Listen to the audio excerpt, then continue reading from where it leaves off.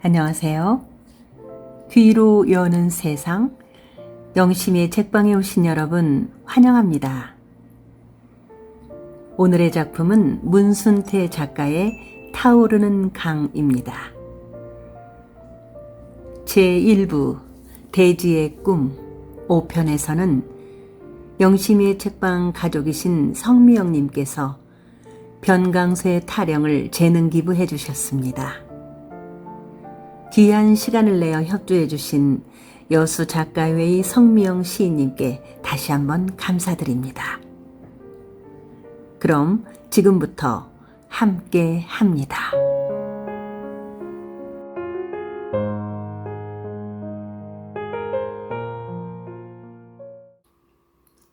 웅부도 나왔네. 나루터에 당도하자 그를 아는 여러 사람들이 아른 체를 해왔다. 판세, 막동이, 덕출이 자네들은 어쩐 일인가? 이 많은 사람들이 다 어디를 가는가? 웅부는 나루터에 모인 아이들까지 합하여 얼추 50명은 되어 보이는 사람들을 불안한 얼굴로 휘휘 둘러보며 물었다. 다 마찬가지 아니오? 굿을 사는 판쇠가 지나가는 말투로 이야기해 주었다. 그는 웅부와 같은 또래인데도 혼인을 빨리하여 주렁주렁 딸만 셋이나 되었다. 얼굴이 양푼처럼 너부대대한 판쇠 아내는 머리에 큰 옷보퉁이를 이고 등에는 갓난아이를 업고 있었으며 고만고만한 두 아이가 치맛자락을 꼭 붙잡고 달붙었다. 마찬가지라니 자네들도 풀려났다는 말인가? 웅부가 묻자 그러면 웅부 자네만 풀려난 줄 아는가? 하고 기름바위 사는 막동이가 핀잔을 주듯 말했다. 다 풀려났단 말이오? 한꺼번에 무슨 일이지? 웅부는 이웃마을의 종들까지도 한꺼번에 풀려난 이유를 알 수가 없었다. 아직 풀려나지 않은 종들도 있는데 머지않아서 다 풀려날 거라는구먼. 둘매 덕칠이었다. 세상이 뒤집히라도 했담. 양반들이 어쩌려고 종들을 한꺼번에 풀어줬을까? 양반들이 풀어준 것이 아니고 나라에서 풀어주라고 한 것이라네. 판쇠가 아는 체 하였다. 그는 말을 할 때마다 버릇처럼 콧구멍을 벌름거렸다. 나라에서? 웅부는 처음 듣는 이야기였다. 방방곡곡의 종은 다 풀어주라는 어명이 내렸다는구만. 그해 1886년 청월에 노비의 세습제도가 폐지되었다. 나라에서는 종들을 속량시키라는 명을 내렸다. 그러나 많은 양반들은 종을 풀어주려고 하지 않았다. 또 대부분의 종들은 앞으로 살아갈 길이 막연한지라 스스로 풀려나기를 원하지도 않았다. 어떻게 돌아가는 판속인지 모르겠구만. 웅부는 씁쓸하게 웃으며 길게 뻗어놓은 강을 내려다보았다. 그러고 보니 양진사가 갑작스럽게 그들에게 종문서를 내어준 속마음을 알 수 있을 것만 같았다.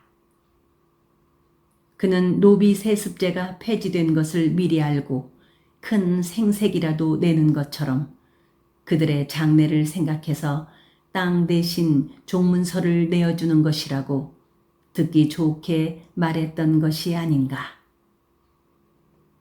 웅부는 크게 속은 것만 같았지만 그렇다고 그런 양진사를 욕하고 싶지는 않았다. 양반들이란 언제나 그랬다. 아무튼 나라에서 노비의 세습제도를 폐지하였다니 반가울 수밖에 없었다.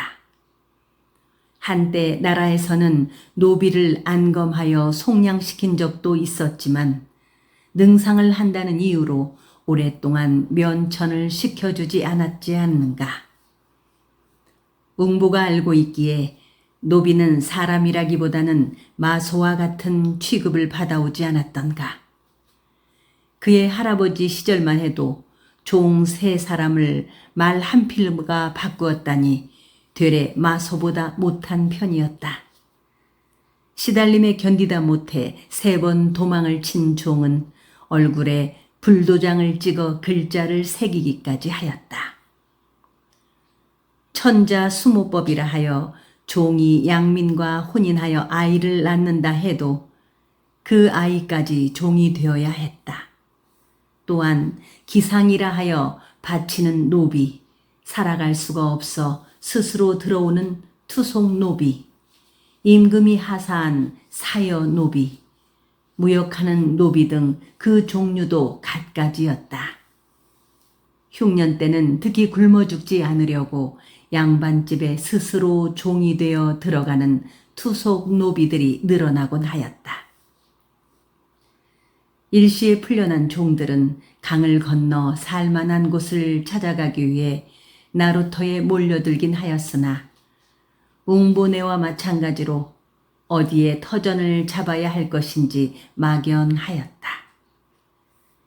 그들은 일단 강을 건너려고만 했던 것이다.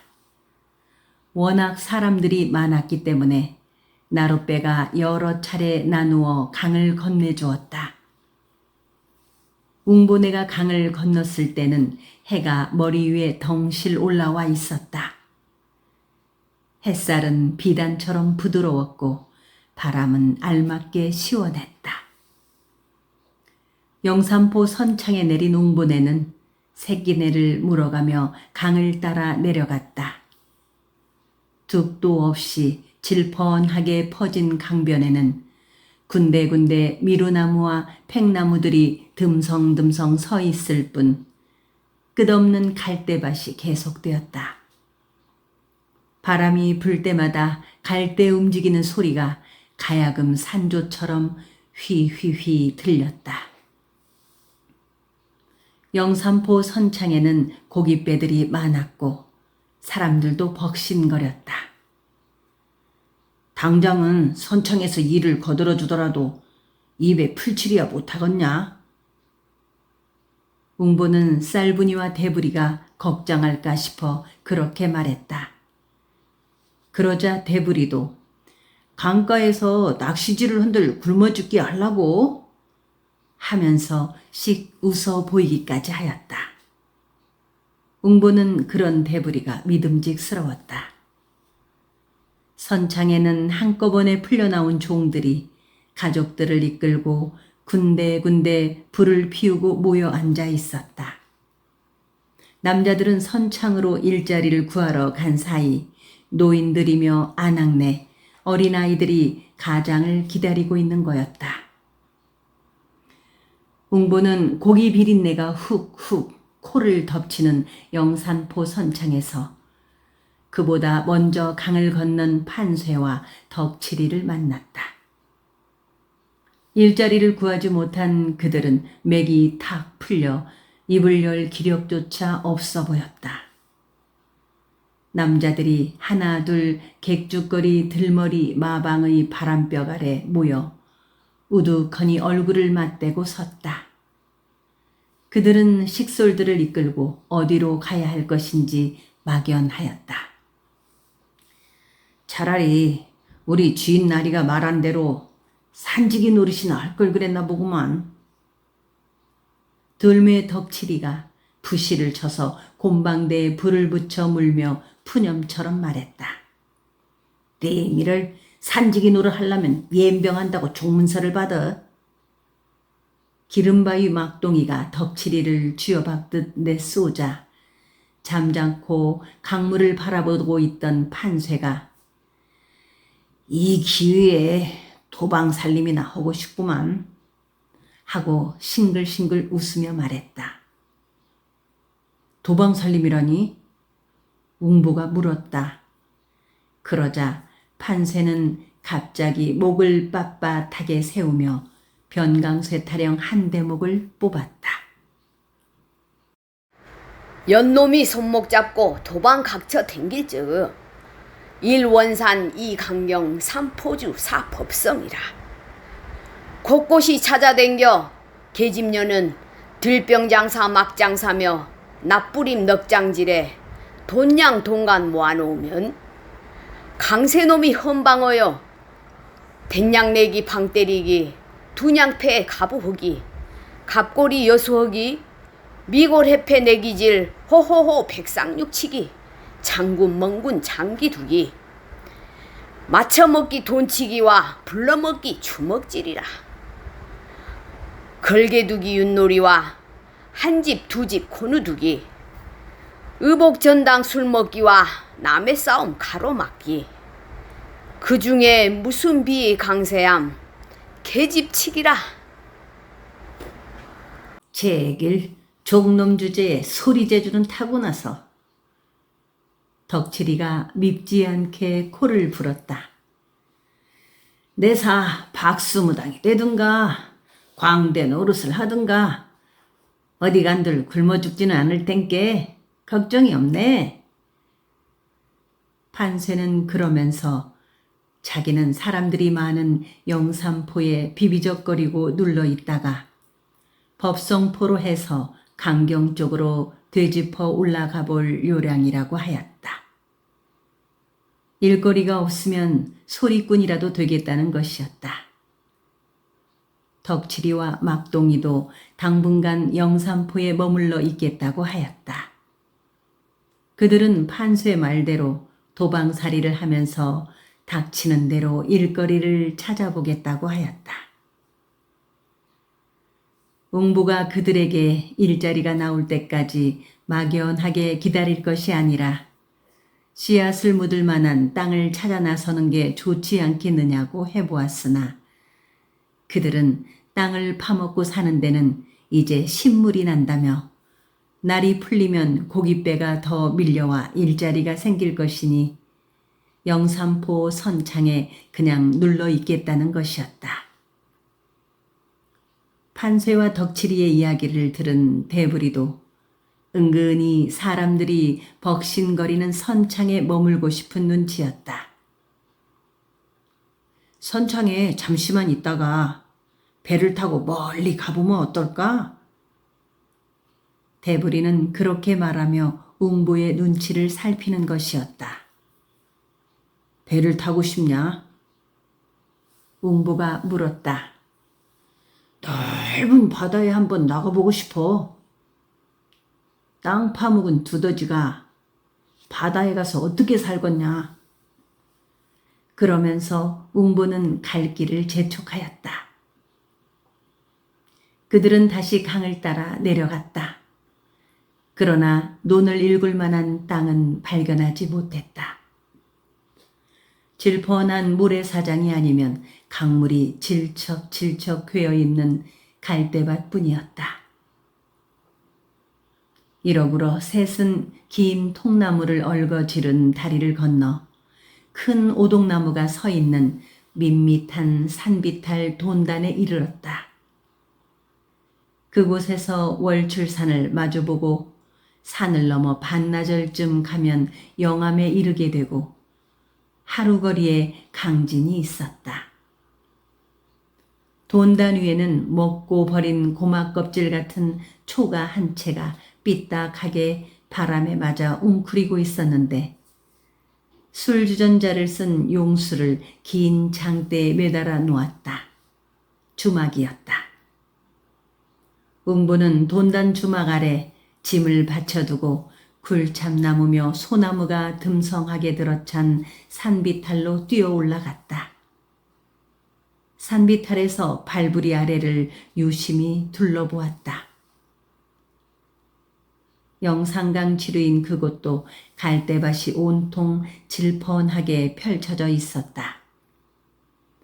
큰 강줄기에서 가깝지 않은 그곳은 그대로 버려진 땅이었다. 얼핏 보기에 강물만 범람하지 않는다면 물에 잠기지 않을 듯 싶었다.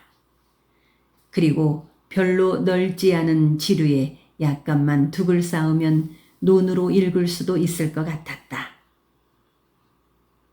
웅보는 산에서 내려와 주막으로 들어갔다. 누구 없소? 기척을 하자 찌그러진 방문이 삐그덕 열리면서 주모인 듯한 젊은 여자가 손으로 푸스스한 머리를 쓰다듬으며 나왔다. 고생으로 찌들어진 얼굴이긴 해도 콧날이며 눈매가 뚜렷했다. 말 좀 물읍시다. 여기가 새끼네라는 곳이 틀림없는가요? 젊은 여자는 웅부의 후주근한 모습을 눈으로 두어 번 들었다 놓았다 하더니 그렇소만 하고 술손님 같지 않은 행색에 달갑지 않은 목소리로 대답을 했다. 웅보는 순간 그곳에 오기를 잘했다고 생각했다. 언젠가 송월촌 그의 스승이 새끼네에 가면 논으로 일굴 땅이 버려져 있을 거라는 말을 한 것을 귀담아 듣고 자나 깨나 꿈에 그려왔었다. 저기 저 다리 밑으로 흐르는 내가 새끼네인가요? 웅부가 다시 묻자 주모는 고개를 끄덕이며 저 앞마을이 개태라우 하고 말했다. 그렇다면 저 산이 개산이겠구만요. 다 심으는구먼. 근데 어디서 오셨어? 강 건너에서 왔구만요. 새끼네는 뭐 땜 심으르시오? 주모는 술청 밖 돈단 아래 서 있는 대부리와 쌀분이 그리고 큰 오동나무 밑에 받쳐둔 웅부의 바지개를 번갈아 보며 물었다. 그냥 한번 와봤어요. 꿈속에서 여러 번 와본 곳이라서. 꿈속에서요? 예, 쭉 새끼네 꿈만 꾸었죠. 웅부의 말에 주모는 뜨악한 표정을 지으며 웅부를 뚫어지게 바라보았다. 어느덧 계산의 칙칙한 산 그림자가 갈대밭을 소리 없이 살금살금 내려 덮고 있었다. 멀리 떨어진 개태에서 밥 짓는 저녁 연기가 안개처럼 포실하게 피어올랐다. 새끼네물이 강으로 흘러들어가는 수구막 개펄에도 어둠이 깔리기 시작했다. 여기서 진포리는 멀어요? 웅보가 주모에게 물었다. 그의 어머니가 노마님을 따라 나주로 오기 전에 살던 곳이었다. 그곳이 웅보의 외가였지만 아직 한 번도 가지 못했다. 저 계산 넘어라우. 한참 걸리겠네요. 진포리까지 가시려우? 아닙니다. 우리는 새끼네까지만 왔구만요. 새끼네 뭐 하시려고? 주모는 의아해하는 얼굴로 물었다. 새끼네래야 마을이 있는 것도 아니고 널따란 들판에 갈대밭만이 가득 들어찬 그곳까지 찾아왔다니 도무지 알 수 없다는 표정이었다. 새끼네에는 우리 집뿐인디.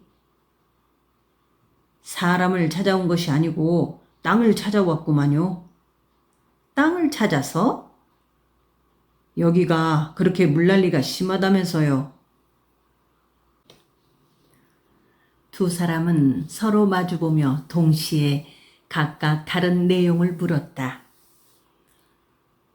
질목급이 큰애기가 오줌만 한번 싸질러 대도 새끼네가 온통 물바다가 된다오. 주모가 푸실푸실 웃으며 대답했다. 배가 안 된다면 하룻밤 신세 좀 줬으면 합니다만. 웅보는 주모가 그의 청을 거절하지 않으리라고 생각하며 입을 열었다. 모두 한 식구들이요? 주모는 돈단 아래를 내려다보며 물었다. 동생하고 내 색시라우. 날이 저물었는디 안 된다고 해서야 사람 인심이 아니지요. 빈 방이 하나 있으니 그렇게 하시구려. 그러면서 주모는 웅보를 부엌 쪽으로 데리고 가서 방문을 열어주었다. 뒷곁에 솔가지가 있으니 군부를 짚이시오. 워낙 오래 비어나서 얼음장 같을 거요. 웅부는 주모에게 연신 고맙다는 말을 되풀이하며 돈단 아래로 내려가 쌀분이와 대부리를 불렀다. 찬바람이 휙 도는 빈방에는 씨앗이며 산나물 망태기가 주렁주렁 걸려 있었다. 주모가 방으로 들어와 망태기를 치우겠다는 것을 웅보가 말렸다. 웅보가 바지개를 헛간에 들여놓고 이불짐을 옮기는 사이 쌀분이는 저녁 준비를 하였다. 밥을 하시려고? 오늘 저녁은 관둬요. 죽을 끓였으니까 물만 한 바가지 더 부어 같이 먹읍시다. 쌀분이가 저녁 준비하는 것을 보고 주모가 말했다. 대부리는 군부를 짚였다. 어느덧 어둠이 하늘과 들, 강까지도 한 입에 삼켜버렸다. 어둠이 대지와 하늘을 덮어버리자 바람에 강물 흔들리는 소리만이 들렸다. 주위가 완전히 어두워지자 67살쯤 되어 보이는 사내아이가 후두둑 뛰어들어오며 밥을 달라고 소리쳤다. 아들인가요? 웅부가 주모에게 묻자 저것 하나 믿고 산다오 하고 한숨 섞인 소리로 말했다. 대장장이를 하던 남편은 3년 전에 큰 물이 새끼네를 휩쓸었을 때 강물에 떠내려오는 돼지 새끼를 건지러 들어갔다가 물귀신이 되었다고 하였다. 남편 잃고 죽지 않으려고 술장사를 시작했다오. 푸념 속에 응어리진 한이 맺혀 있었다. 저것이 대장간이지요. 남편이 죽자 그냥 문을 닫았어요. 주모는 턱끝으로 주막에서 조금 떨어진 흙집을 가리켰다. 주모의 말에 생솔가지를 분질러 군부를 짚이며 연기 때문에 억지 눈물을 질끔거리던 대부리가 벌떡 일어섰다. 대장간 구경 좀 할까요? 대부리가 큰 소리로 물으며 군부를 짚이다 말고 대장간 쪽으로 뛰어갔다.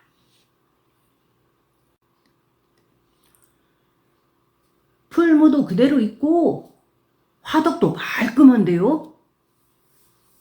대부리가 대장간에서 밖에 대고 말했다. 이대로 놔두기가 아까워요. 대부리는 신이 난 듯 싶었다. 웅본의 세 식구는 허출한 김에 훌렁한 서속죽을 한 사발씩 둘러 마셔 시장길을 메웠다. 저녁을 물리자 주모는 텁텁한 밑술을 2사발이나 떠 들여 넣어 주었다. 저녁을 얻어먹기도 미안한 판에 술까지 내놓자 몸둘 바를 몰라 하였다. 그까짓 훌렁한 죽 한 그릇으로 시장기도 못 면했겠네요. 텁텁한 모주라도 한 사발씩 드시어요. 주모는 펄럭이는 종이 심지 불빛에 희붐하게 밝은 방 안을 둘러보더니 두렁치마를 추슬러 올리며 방으로 들어와서 아직 썰렁한 방바닥을 손바닥으로 짚어보았다. 농사는 안 오시나요? 단숨에 모주잔을 쫙 비운 대부리가 손등으로 이번저리를 훔치며 물었다. 아이고 이 양반아, 새끼 내서 농사를 지키란 칼 물고 띵뛰기요. 칼 물고 띵뛰기라니요? 농사를 지어봤자 큰 물이 옴실하게 쓸어가 버리는디 어떻게?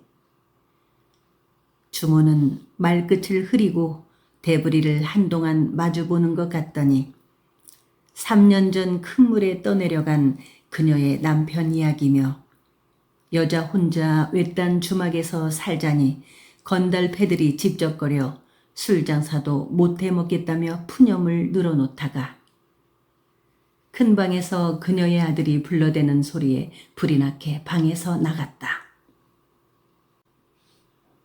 얼굴도 이쁘고 맘씨도 곱구만. 주모가 나가자 대부리가 쌀분이의 눈치를 살피며 입을 열었다. 대부리는 웅부한테 대장간을 그대로 버려두기가 아깝다고 하였다. 웅보는 대부리의 그런 소견을 대견스럽게 생각하면서도 풀무질이라면 또 몰라도 깡낫, 돌적이 하나도 못 만드는 주제에 대장장이가 되고 싶다니 웃음이 나왔다. 나 차라리 이 주막에서 술심부림이나 해줄까? 보아하니 손대기도 없이 주모 혼자 여간 힘들어 보이지 않는다. 대부리는 은근히 주막에서 머무르고 싶은 것 같았다. 안 그래도 새끼네 자리를 잡기로 했다. 웅부의 말에 대부리는 철없는 아이처럼 벙싯거리며 좋아했다. 형이 땅을 치는 새에 나는 술심부림이나 해주고 입벌이라도 해야겠구만. 대부리의 말에 웅보는 그냥 희미하게 웃고만 있었다. 하기야 양진사 집에서 준 쌀 가지고는 죽을 끓여 먹어도 새 식구 한 달 먹음새에도 모자랄 판이니 식구들 중에서 누구든지 입벌이라도 할 수 있는 자리가 있다면 빌붙지 않으면 안 될 형편이었다. 그러나 웅부는 걱정하지 않고 앞으로 살아갈 방도를 차근차근 생각하기로 하였다. 우선 등을 붙일 만한 움막이라도 친 다음에 영산강에서 고기를 잡아 팔든가 아니면 가까운 장터나 선창에 나가 등짐 일이라도 할 요량이었다. 군불의 구들이 뜨근뜨근 달기 시작하자 꾸벅꾸벅 졸음이 쏟아졌다. 웅보가 조는 사이에 뒷간에 가겠다고 나간 대부리가 늦도록 돌아오지 않았다. 대부리가 돌아오지 않는다고 쌀분이가 어깨를 흔들어서야 졸음에서 깨어난 웅보는 밖으로 나갔다. 강 쪽에서 바람이 기분 좋게 불어왔다. 눅눅하게 젖은 강바람의 냄새는 달콤했다. 웅보는 한동안 영산강을 훑고 온 달콤한 강바람에 취해 콧구멍을 벌름거리며 어둠 속에 서 있었다. 웅보가 대부리를 찾으러 나가자 쌀분이는 빈 방에 혼자 앉아 있었다. 낯선 주막에 구질구질한 방을 빌려 혼인 첫날 밤을 맞게 된 쌀분이의 마음은 울적했다. 상전이 종문서까지 내어주며 시키는 대로 혼례를 치르긴 했으나 어쩐지 땡감을 씹은 뒷맛처럼 떨떠름한 기분이었다. 그런 어정쩡한 마음으로 웅보와 평생을 살아갈 일이 아뜩하게만 생각되었다. 웅보와 마금내 사이의 일 때문이었다.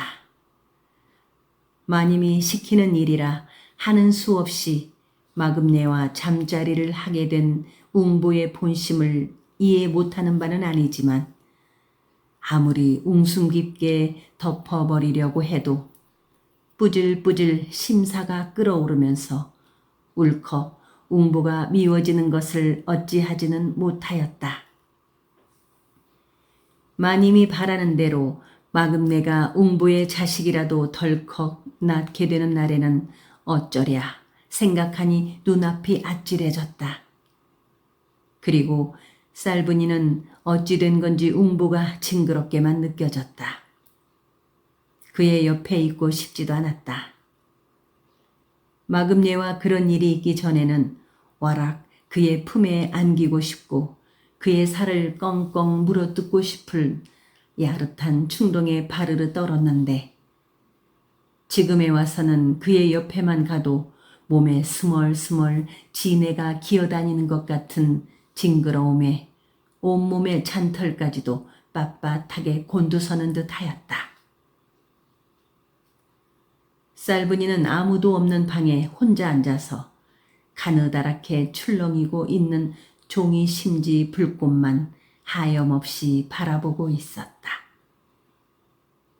밖에선 바람이 후루루 오동나무 가지를 흔들어대는 소리가 들렸다. 대부리를 찾는 나지막하고 조심스러운 웅부의 목소리도 들렸다. 이 자식이 어딜 갔나? 웅부는 송곳 하나 박을 틈도 없이 빽빽하게 괜 어둠의 여기저기를 쿡쿡 쑤셔보다 말고 퍼뜩 대장간 생각이 머리에 스쳤다. 대부리는 대장간 화덕 위에 쭈그리고 앉아 있다가 웅부가 들어서자 어둠 속에서 천천히 일어섰다. 나 여기 있어. 이 깜깜한 속에서 못해요. 생각 좀. 생각? 무슨 생각? 나 생각하는 거 방해하지 말고 형수한테 가봐. 오늘이 첫날 밤 아니여? 첫날 밤? 그제야 웅부는 첫날 밤이라는 말에 아찔한 현기증을 느꼈다. 그러고 보니 대부리는 웅부의 첫날 밤을 위해서 일부러 대장간 속에 들어박혀 있었단 말인가. 어서 들어가 보라니까. 너 여기서 잘 셈이냐? 내 걱정 말어. 생각 좀 하고 들어갈게. 웅부는 대부리가 그를 따라 나설 것 같지가 않아 하는 수 없이 혼자 방으로 돌아왔다. 대부리 그놈 제법 속이 다 들었어. 웅부는 혼자 말처럼 중얼거리며 셀쭉하게 고개를 외로 꼬고 있는 쌀분이 옆에 앉았다. 그녀는 웅부를 거들떠보지도 않았다. 어서 자더라고. 잠시 후에 대부리 놈을 끌고 와야겠구만. 그제야 쌀분이는 무겁게 일어섰다. 이불을 피려는가 싶었는데 방문을 열고 휑 하니 찬바람을 일으키며 나가버렸다. 뒷간에 갔거나 아니면 민물을 치러 갔겠거니 하였는데 꽤 오래 지나도록 돌아오지 않았다. 웅부는 걱정이 되어 밖으로 나왔다. 하늘의 별이 훨씬 빛나 보였다. 웅부가 바람에 강물 흔들리는 소리를 들으며 쌀분이를 기다렸으나 그녀는 나타나지 않았다. 헛간에도 기웃거려 보았지만 그녀의 모습은 보이지 않았다. 그렇다고 한밤중에 큰 소리로 쌀분이를 외쳐 부를 수도 없는 일이어서 어둠 속을 서성거리고만 있었다. 초조한 마음으로 술청 앞을 서성거리고 있는데 큰방에서 색신 우리 방에 있다우 하는 주모의 목소리가 들려왔다. 안 자고 뭘요? 웅부가 큰방에 대고 버럭 소리를 질렀다. 빨리 나오라는 다그침이었다. 색신 우리 방에서 잔다오. 방문도 열지 않은 채 다시 주모가 큰 소리로 말했다. 웅보는 어처구니가 없어 다시 칠흑 같은 어둠을 둘러보았다. 그의 심정도 그렇게 어둡고 답답하였다. 그는 화가 머리 끝까지 치닫는 걸음으로 돈단 아래로 내려섰다. 찰부락 찰부락 후루루 바람에 흔들리는 강물 소리가 좋았다. 그는 물소리를 따라 천천히 어둠을 더듬으며 내려갔다. 문득 어렸을 때 할아버지를 따라 밤 고기를 잡으러 다니던 때의 일이 머릿속에서 부스럭거리며 살아났다. 웅부는 큰 구덕과 등불을 들고 할아버지를 따라다녔다. 할아버지는 족대 하나로 순식간에 구더기 그들머 가도록 고기를 잡곤 하였다. 모래무지, 잉어, 가물치, 붕어, 장어 등 큰 고기들이 많이 잡혔다. 밤 고기는 부지런하기만 하면 아무라도 잡는 거다. 밤에는 고기가 강가로 나와서 잠을 자기 때문에 족대로 훑기만 하면 잡혀. 할아버지는 그러면서 웅보에게 족대질을 해보라고 하였다. 할아버지는 이마에 불도장이 찍혔으나 그 불도장을 조금도 부끄러워하지 않았었다. 웅보가 철이 덜 들었을 때 할아버지의 무릎에 앉아 말라 비틀어진 거머리가 달라붙어 있는 것 같은 할아버지 이마에 불도장 자국을 문지르면 이놈아, 하랩이 벼슬 함부로 손대지 마라 하며 웃곤 하였다. 할아버지가 지금의 웅보만 했을 나이에 양진사 집에서 3차례나 도망을 치다가 붙잡혀 불도장을 지키게 되었다는 내력을 알고 난 뒤 할아버지, 수건으로 이 불도장 싸매고 다녀. 할아버진 부끄럽지도 않아요? 하고 말하자 이 불도장이 아니었으면 너는 종놈의 자식으로 이 세상에 태어나지 않았을 것이다만 하면서 슬픈 얼굴로 손자를 보았다. 할아버지는 세상을 떠날 때도 웅보의 손을 꼭 잡고는 아가, 할아버지 이마박 불도장을 부끄럽게 생각하지 말거라 고 했다. 웅보는 갑자기 할아버지 생각이 꿈틀거려 우울해졌다. 그는 강물 흔들리는 소리가 할아버지의 가래 끓는 숨소리 같다고 생각하면서 밤이 깊어가는 줄도 모르고 어둠 속에 서 있었다.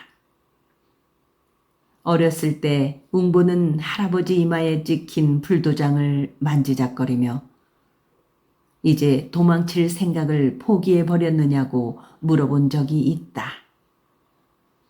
할아버지는 이 해레비는 죽을 때까 정도 도망을 치고 싶단다. 주인 마님은 내가 불도장이 찍혀 아무래도 도망치지 못할 걸로 생각할 거다만 이 하레비 마음은 불도장이 찍혔을 때나 안 찍혔을 때나 변함이 없단다. 하고 쿠리한 냄새가 풍기는 입을 웅보의 귀에 바짝 대고 소곤거리듯이 말했었다. 웅보한테 그런 말을 한 뒤 1달도 못된 추운 겨울날 할아버지는 정말로 도망을 쳤다가 하루 만에 잡혀오고 말았다. 노마님은 할아버지를 맨발로 만들어 안마당 곳간에 가두고 벌레가 생기지 않게 닭장에 넣어둔 밤송이 한 가마니를 까도록 하였다. 버선도 신지 않고 맨발인 채 곳간에 갇힌 할아버지는 대꼬챙이도 없이 말라 비틀어진 밤을 한 가만이나 까야만 했다.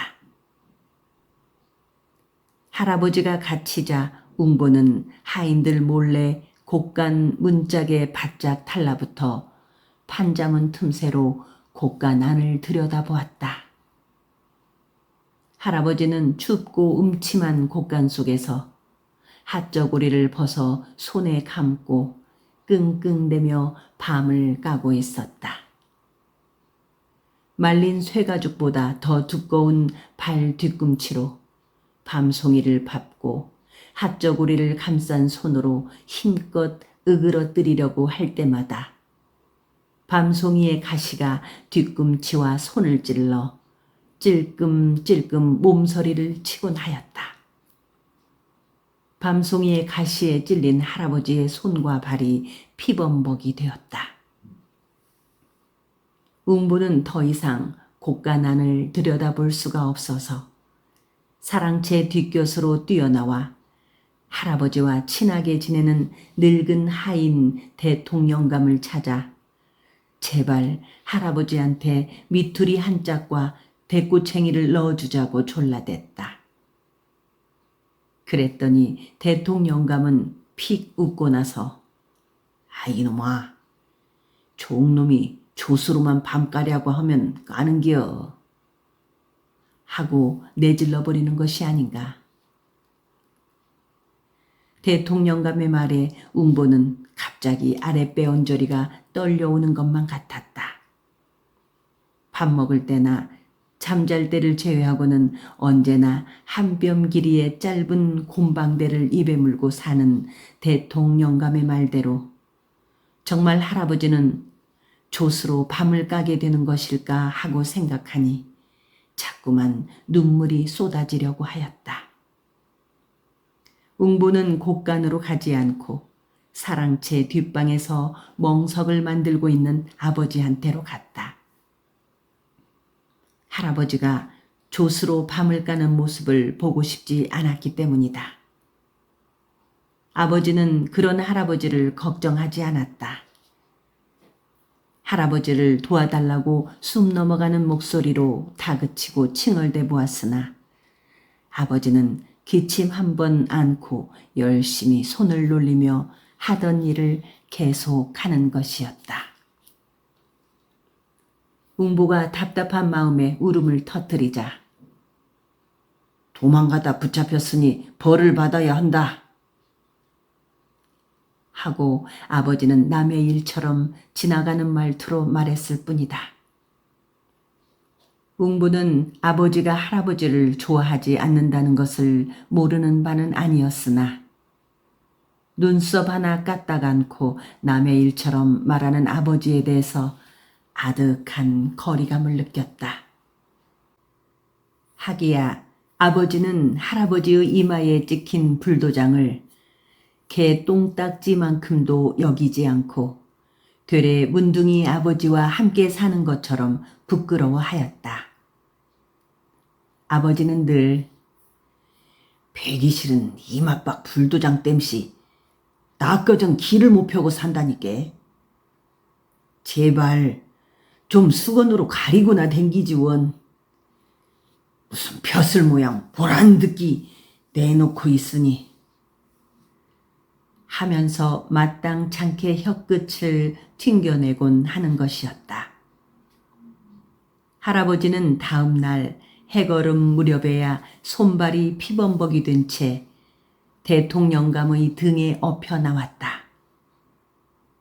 할아버지는 꼬박 하루를 곡간 안에서 맨손과 맨발로 밤송이 한가마니를 다 까고 반죽음이 되어 나온 것이다.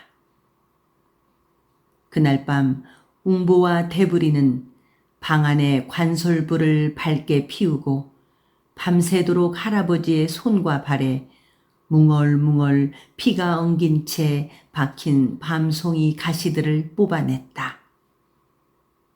할아버지는 앓는 소리 한 번 내지 않고 아픔을 잘 참았다. 이까짓 건 하랩이 이맛박에 불도장을 찍던 때와 비교하면 학타고 양주목사하기다. 할아버지는 손톱으로 밤송이 가시를 뽑아내는 손자를 향해 억지 웃음까지 머금어 보였다. 그러면서 할아버지는 손끝 끝에 닿지 않을 만큼 거죽을 뚫고 살 속 깊숙이 박힌 가시를 뽑아내기 위해 허리를 굽히고 일어나 앉아서는 손수 바늘로 사뭇 발 뒤꿈치를 벌집이 되게 쪼았다. 웅보는 밤송이 가시를 얼추 뽑아낸 뒤 할아버지가 시키는 대로 씨앗집에 가서 목화씨를 한 움큼 얻어다가 화롯불에 태웠다. 할아버지는 뻘끗뻘끗 핏자국이 생기고 무클하게 우끄러진 발바닥과 손가락에 목화씨 연기를 쐬면서 실실실실 물레방아 돌아가는 소리로 육자배기를 푸념처럼 흥얼거렸다. 그때 관솔불에 희끄무레하게 비쳐 보이는 할아버지의 얼굴은 청동색으로 변한 징처럼 무겁게 굳어져 있는 것 같기도 하고 잎이 떨어진 마당 앞 늙은 팽나무 같기도 하였다. 그것은 웅부가 지금껏 보아온 기쁨과 슬픔을 쉽게 찾아볼 수 없는 또 다른 하나의 낯선 얼굴이었다. 아침이 되자 할아버지는 여느 때와 같이 일찍 일어나서 큰 소리로 웅부를 깨웠다.